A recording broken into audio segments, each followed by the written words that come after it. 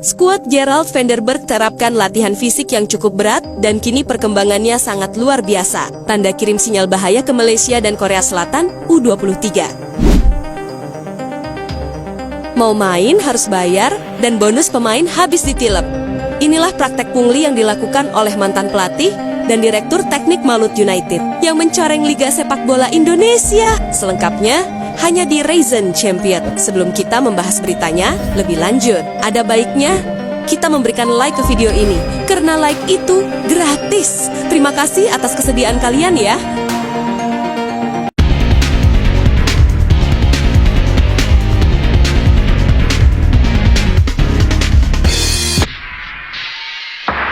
Malaysia boleh menatap laga ini dengan keyakinan, tapi di balik senyap pelatihan tertutup, di pusat pelatihan tim Nalsi Indonesia U23, sebuah rencana besar tengah dirancang. Formasi pembunuh, strategi pemecah dominasi, dan racikan taktik yang akan mengubur kepercayaan diri lawan. Tengah disiapkan pelatih asal Belanda, Gerald Vandenberg. Seperti mana yang kita tahu, berada di grup A, yang berstatus sebagai tuan rumah, akan menghadapi Brunei Darussalam, Malaysia, dan Filipina. Salah satu pertandingan yang sangat dihentikan adalah tim Nalsi Indonesia U23 melawan Malaysia. Laga ini akan menjadi penutup fase grup Piala AFF U23. Pertandingan antara tim Nalsi Indonesia U23 melawan Malaysia. Karena kedua tim merupakan rival abadi dan sudah cukup lama tidak bertarung dalam pertandingan kompetitif.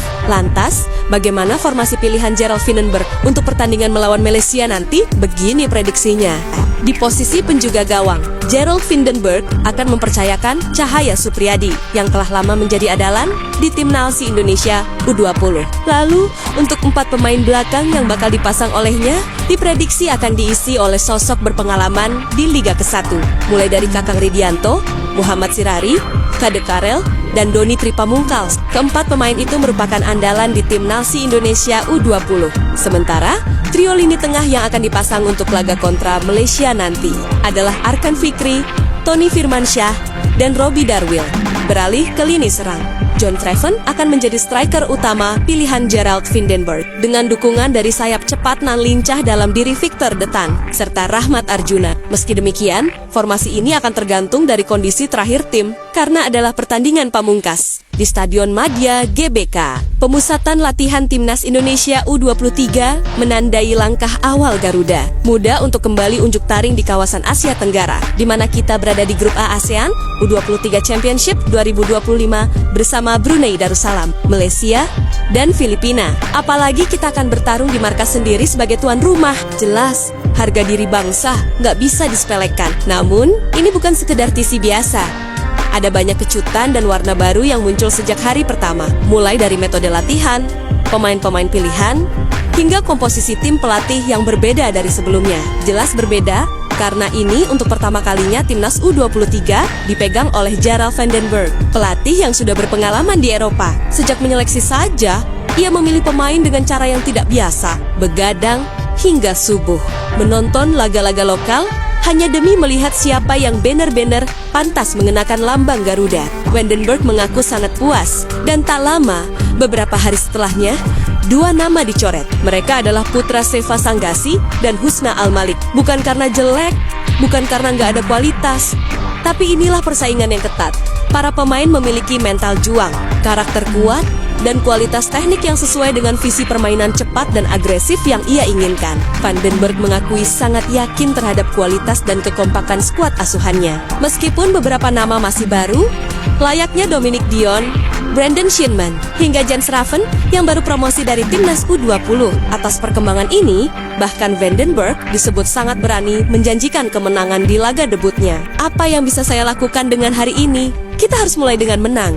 Permainan untuk mencapai final. Dan jika kita tidak menang, kita akan keluar. Jadi semua orang bisa berkata, saya sudah bermain banyak permainan sebelumnya. Tapi jika kita kalah, kita akan keluar. Jadi kita harus menang setiap permainan. Saya tidak peduli dengan siapa yang kita mainkan. Jika kita kalah, kita akan keluar. Jadi fokus harus di sana. Dan semua orang akan berkata, tapi saya tidak peduli, karena saya harus bersiap sayap dengan tim saya sendiri, kata Gerard Vandenberg, berbilansi dari Bola Sport. Menariknya, Gerard Vandenberg tidak sendirian. Ia mendapatkan pasokan kebutuhan pendamping pelatih. Maksudnya, pelatih asal Belanda itu mendapatkan support dari PSSI untuk menambah asisten pelatih.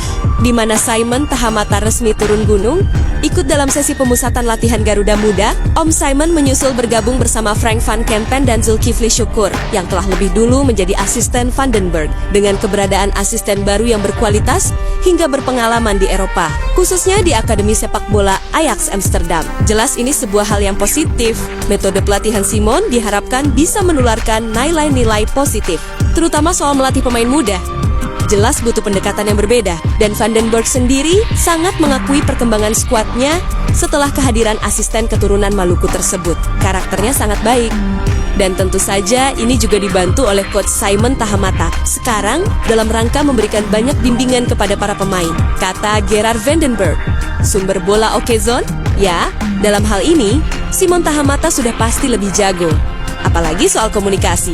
Asisten berdarah Indonesia ini sangat cocok di mana ia fasih dalam berbahasa Indonesia maupun Belanda. Maka dari itu, beberapa pemain yang kesulitan untuk komunikasi langsung dengan Vandenberg tentu terbantu dengan keberadaan Om Simon, ya kan? Di tengah persiapan, tim-tim yang akan menjadi lawan Garuda sudah mulai penasaran. Apalagi tim kepelatihan Timnas U23 juga bisa dibilang ada banyak penambahan wajah baru. Salah satunya adalah rival satu grup, Malaysia, sudah mulai menerka kekuatan Garuda. Dan mereka akan mencari kekuatan yang lebih baik. Mereka tidak gentar sama sekali. Dalam pandangan Harimau Malaya, Timnas U23 bukan timnas senior yang sudah terbukti.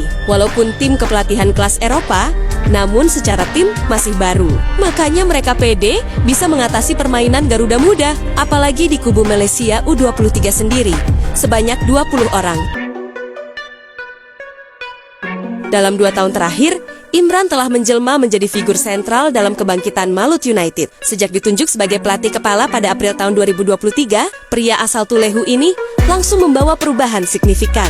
Secara taktis, Imran dikenal sebagai pelatih yang fleksibel dan berani. Ia menerapkan pola permainan menyerang yang mengandalkan koordinasi, kekompakan, dan efektivitas serangan sayap. Formasi 4-2-3-1 menjadi senjata utamanya, dengan penekanan pada transisi cepat dan keseimbangan antar lini. Sebagai putra daerah asli Maluku, Imran mengerahkan 1000% tenaga, pikiran, dan waktunya untuk mengharumkan nama Malut United. Di musim pertamanya, ia sukses mengantar Malut United promosi ke Liga 1 Indonesia. Ini sebuah pencapaian yang mengubah wajah klub dari sekedar tim pendatang menjadi kekuatan baru di sepak bola Indonesia. Apakah berhenti di situ? Belum.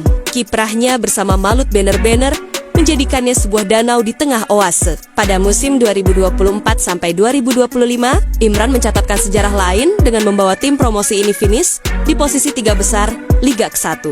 Prestasi yang tak banyak pelatih lokal mampu lakukan di era sekarang. Statistiknya pun bukan kaleng-kaleng. Di tangannya, Malut mengantongi 57 poin dengan rincian 15 kemenangan dan 12 hasil imbang.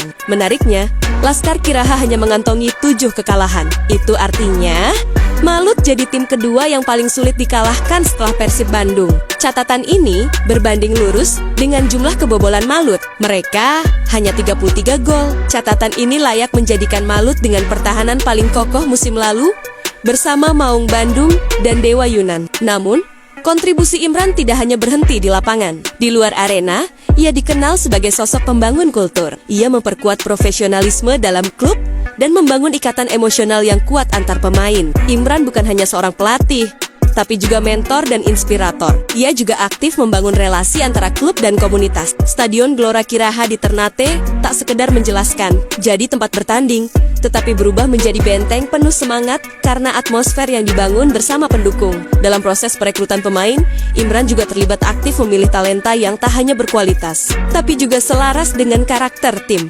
Hasilnya adalah skuad yang solid, berjiwa petarung, dan memiliki semangat kolektif yang tinggi. Kepercayaan manajemen terhadap Imran pun semakin tebal. Pada April tahun 2020, 5 kontraknya diperpanjang hingga ke 2026. Ini jadi tanda bahwa klub ingin membangun fondasi jangka panjang bersama sosok yang mereka percaya. Mengejutkannya, belum juga genap 2 bulan setelah perpanjangan kontrak, Imran Nahumaruri justru dipecat oleh Malut United. Bahkan bisa dibilang, pemecatannya dilakukan secara mendadak dan sepihak. Loh, bentar, Ada apa ini? Kenapa sosok yang begitu berjasa membawa Malut menuju panggung terbesar sepak bola Indonesia justru ditendang begitu saja? Menurut CNN Indonesia, pada 16 Juni tahun 2025, manajemen Malut United melalui Dirut PT Malut Maju Sejahtera, Dirk Soplanit, resmi memecat Imran Nahumaruri dan Direktur Teknik Yeyen Tumena karena diduga melakukan pelanggaran berat yang bertentangan dengan filosofi, prinsip, dan tujuan klub. Lalu apa yang dimaksud dari pelanggaran berat ini? Dalam transfer ke pemain Malut United, kabarnya Malut sudah mengantongi segala bentuk bukti yang dibutuhkan, sehingga berani mengambil keputusan tersebut. Sementara menurut laporan Bola Sport, keduanya disinyalir telah melakukan tindakan kejahatan saat Malut United tampil di Liga 2 2023 sampai 2024. Namun, saat itu manajemen masih memaafkan dan berharap Imran dan Yeyen bisa memperbaiki diri dan kinerjanya. Namun, hingga klub berkiprah di Liga 1, mereka masih saja begitu. Dari sinilah, klub berjuluk Naga Gama Lama itu mulai melakukan penyelidikan.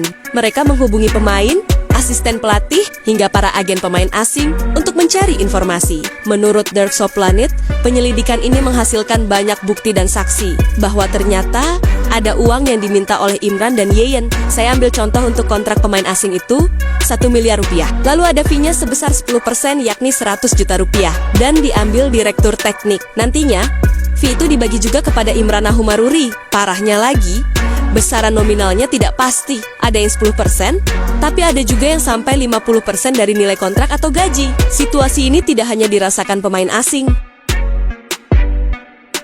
Masih menurut laporan Bola Sport, pemain lokal juga diminta untuk menyetor fee, mulai dari puluhan hingga ratusan juta kepada dua sosok tersebut, karena sudah menjadi bahaya laten di tubuh Malut.